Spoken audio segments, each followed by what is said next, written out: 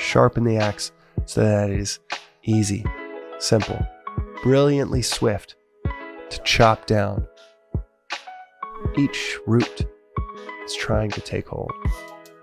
We are back at chapter 15. We're nearing the end, rounding the fourth quarter of the Gita, the overview with each chapter, a daily reflection on each chapter. And we've got chapter 15, the yoga of And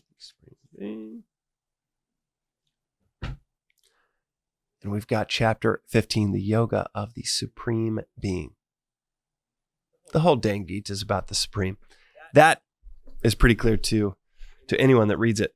But the metaphors, the language, the precision in the words, pointers, it is the difference between talking about north and a compass pointing north. And this chapter just adds to the immense direction that the entirety of this 30-minute dialogue gives us towards the divine. And it's well articulated in verse 3 of the chapter. The chapter talks about our attachments to the material world and compares it to a sacred fig tree. This sacred fig tree, and if you've ever seen these fig trees, we actually have one in our backyard here, and we actually have one in our backyard here about 15 feet away. And the sacred fig tree that Krishna is talking about, this is the Ashvata tree, if I'm pronouncing that Sanskrit word right. It's not said out loud too often, so could be butchering it. But this sacred fig tree, that's the English translation, it is common in Southern California.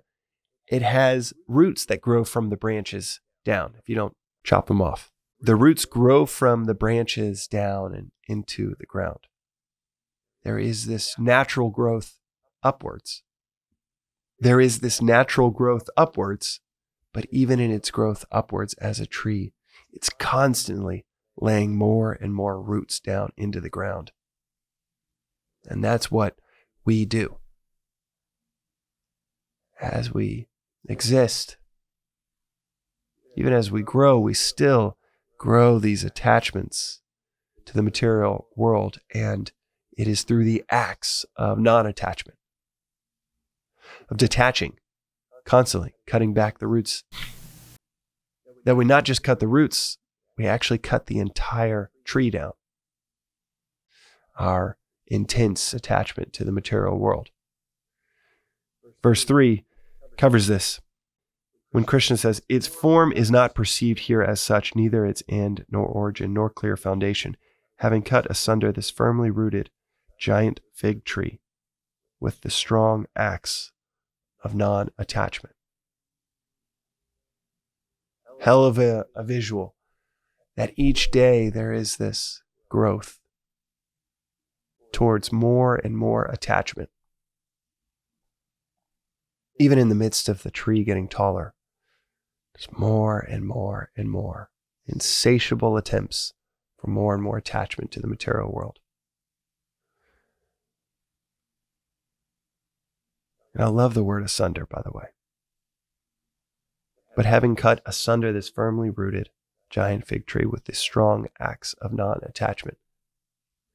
Kind of reminds me of that Lincoln quote. It's probably apocryphal. I don't know if he actually said it, but it sounds great coming out of his mouth. Give me 6 hours to chop down a tree. I'll spend the first 5 sharpening the axe.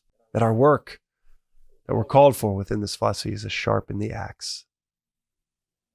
That is able to cut down our infinite number of attachments that we have to the world around us. Sharpen the axe so that it is easy, simple, brilliantly swift to chop down each root that's trying to take hold, and ultimately chop down the entirety of the tree.